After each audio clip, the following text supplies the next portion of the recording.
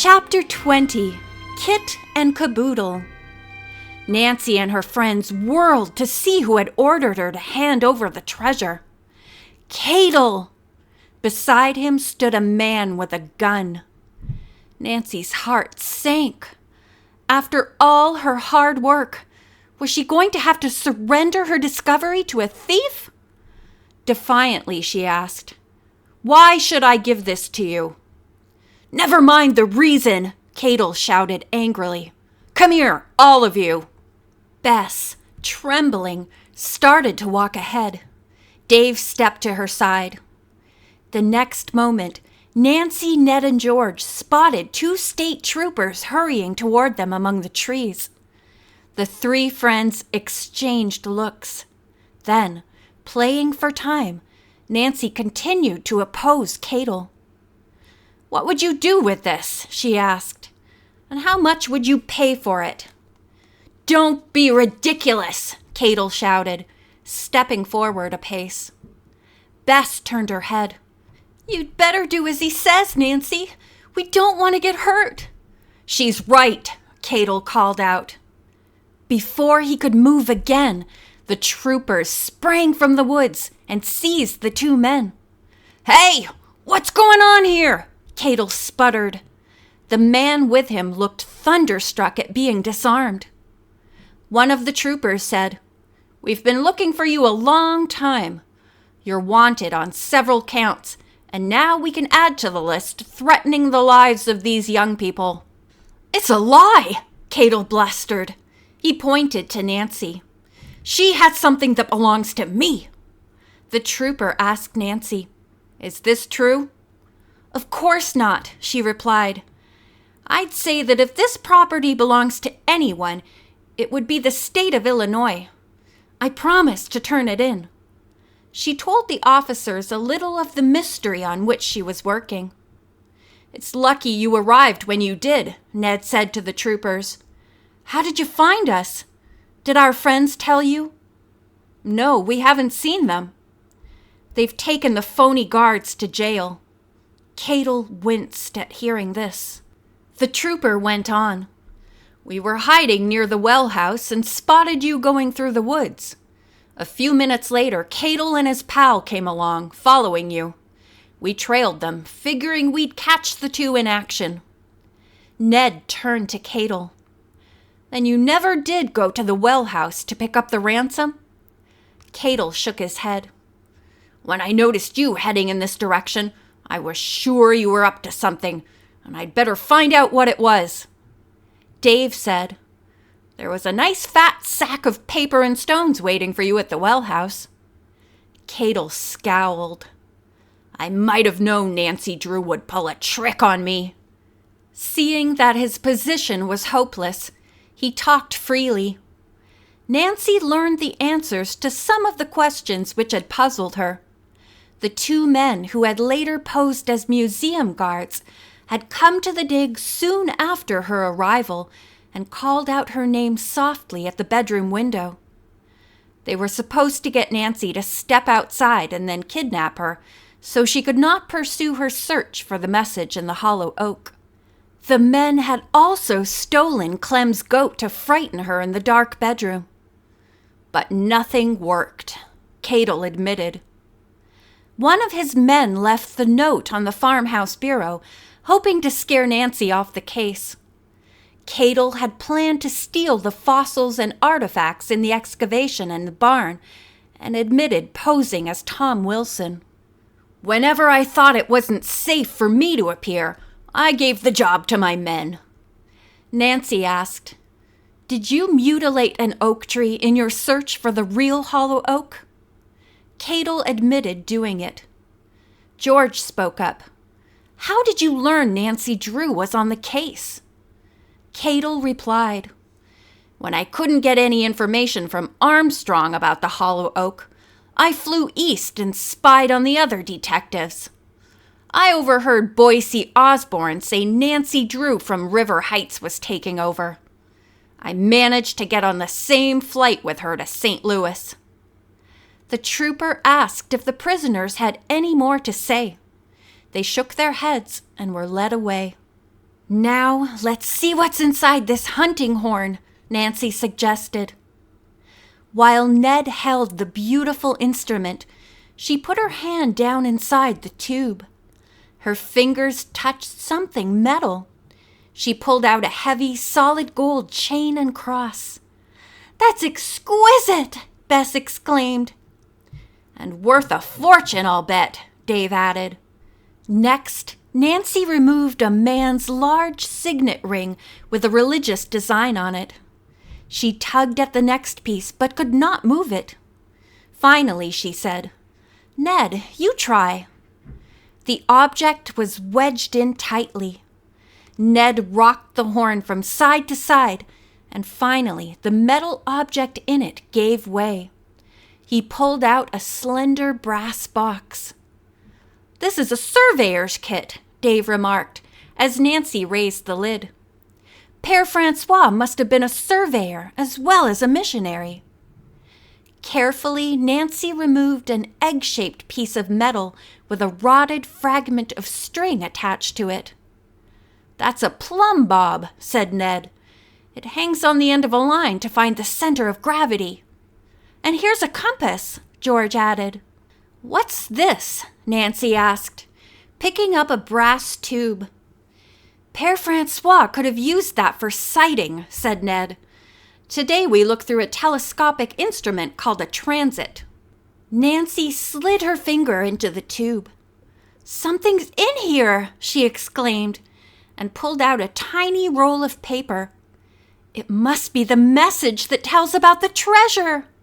The handwriting on the paper proved to be in French, and some of the words were old-fashioned, but Nancy managed to translate them. She read aloud.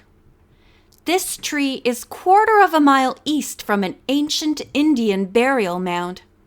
It is large, overgrown, and the rounded top is gone. I dug into it from the side and found fine objects. Then war came. I put them back and filled in the hole. The Iroquois are destroying the Algonquin. The last village I was in was attacked and I fled, but the arrow wound I received is festering and I shall die. I will hide my few precious possessions in this hollow oak. Then I will put a note in a light crock, seal it, and send it downstream. I pray the note will be picked up by a settler. These belongings were brought by me from France to New France." As Nancy paused, George remarked, "New France is Canada now, isn't it?" "Yes," Nancy answered, then went on reading. "I have marked my journey from one Indian village to another by placing lead plates I brought from France upon oak trees near Indian settlements. Arrows I made on the signs show the direction of my travels. One plate is left which has no arrow. I will use it to mark this tree." The young people stood silent, awed by what they had just seen and learned. Finally, Ned said, "Nancy, I don't think you realize what a tremendous find you've made." The young detective merely smiled. Evidently, someone found the crock with the note, and the story became a legend. George patted her friend on the back. And then Nancy Drew turned the legend into a true story. Carrying the copper box with the fabulous hunting horn with them, Nancy and her friends returned to the farmhouse. As the truck clattered in, Teresa and the young archaeologists began appearing from all directions to find out what their friends had learned. "It must have been a good day," said Julianne. "You're all smiling." Nancy jumped down and said, "My smile is as wide as the Illinois River country." She told of their finding Bob and the capture of Caboodle and his pals. "How marvelous!" Julianne exclaimed. Ned and Dave now lifted down the copper box. Nancy opened it and displayed the beautiful hunting horn. The first one to speak up was Claire Warwick. "What kind of a message is that?" The others ignored her and asked Nancy to show them the other treasures. Finally, she came to the note and once more translated it. "You have done an amazing job, Nancy," said Teresa. "As for that burial mound, I can't wait to see it." She determined that as soon as the present dig site had been thoroughly excavated, she would ask for permission to work on the new one. All the young people said they would like to join in the expedition. Todd remarked, "I doubt that what we'll find will be as valuable as this hunting horn." "But much older," Julianne reminded him. She was standing very close to Art, and from the looks they were exchanging, Nancy was sure they were now very good friends. "We have a surprise for you, Nancy," Art said. "We found the rest of the baby's skeleton that matched the fingers and forearm you unearthed." "Great," Nancy said. "And thanks for finishing my job." Bess gave a little shudder. "I'm glad I wasn't here when you brought it up. The poor little baby." A short time later, Bert and Bob arrived in a state trooper's car. A rousing cheer went up for Bob. When the acclaim subsided, the boys reported that the 2 fake guards were in jail. "I called my parents," said Bob. "Nancy, they're very grateful to you and your friends for rescuing me. And I am, too." He and Bert were told of the capture of Caboodle and his companion. "That's a relief," said Bob. "I never want to be kidnapped again." Stories were exchanged by diggers, treasure hunters, and Bob Snell. It seemed unbelievable that so many things had occurred during one morning. Nancy had a suggestion. "Let's ask the state for permission to donate the lead plates to Paulson University." Teresa smiled. "They'll be delighted to receive them." That evening after supper, Nancy said, "Since it's a beautiful, clear night and there are no longer kidnappers or thieves around, I'd like to go to town and phone my father, my Aunt Eloise, and Boise Osborne." Art offered his motorcycle to her and Ned. "And we should stop and tell Clem," Nancy said. When she telephoned Boise Osborne, he was so amazed he almost lost his voice. "You've actually tracked down the message in the hollow oak and found a treasure," he exclaimed. "Well, my congratulations, Nancy. And please stay at the dig until I come out and see everything. To tell the truth, I'm very much embarrassed that my friends and I weren't able to solve this mystery." "All you needed was more time," Nancy told him kindly. "Now that my work here is finished, I'll have to get home. When can you come?" "I'll take a plane tonight," was the quick answer. Mr. Drew, Hannah Gruen, and Aunt Eloise were equally amazed. All praised the young detective, but she insisted that her friends deserved a great deal of credit for solving the mystery. On the way back to the dig, Nancy and Ned stopped at Clem's house. The old farmer's astonishment was immense. He thumped his thighs and danced around with as much glee as if he had found the message and treasure himself. "That beats all," he said. "I'll be up tomorrow morning to see that there hunting horn.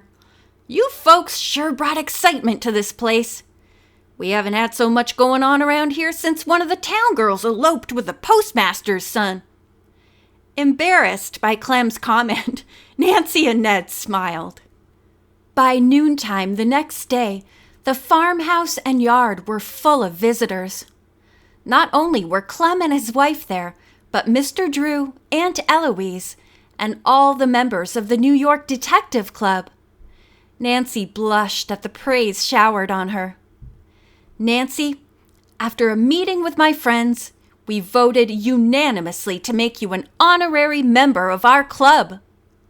For a moment, Nancy felt like crying, but she regained her composure and thanked them all. "This is a marvelous honor," she said, then chuckled. With a wink at Boise Osborne, she said, Anytime I can help you on such a fascinating mystery as this one, let me know." Everyone laughed and applauded. Nancy's next case did not come through Boise, but it proved to be a particularly intriguing one called Mystery of the Ivory Charm. Teresa now stepped forward and put one hand on Nancy's shoulder. "I hurried into town this morning," she said, "and made some phone calls. I have permission from the property owner to dig the mound discovered by Père Francois. It is probably a Hopewell burial. Paulson University has promised to finance the expedition, and I am to lead it. Nancy, I want you to have the honor of digging the first shovelful of dirt." Again, everyone clapped, and Nancy gave Teresa a hug and whispered, "I'll never forget this wonderful experience as long as I live." The end.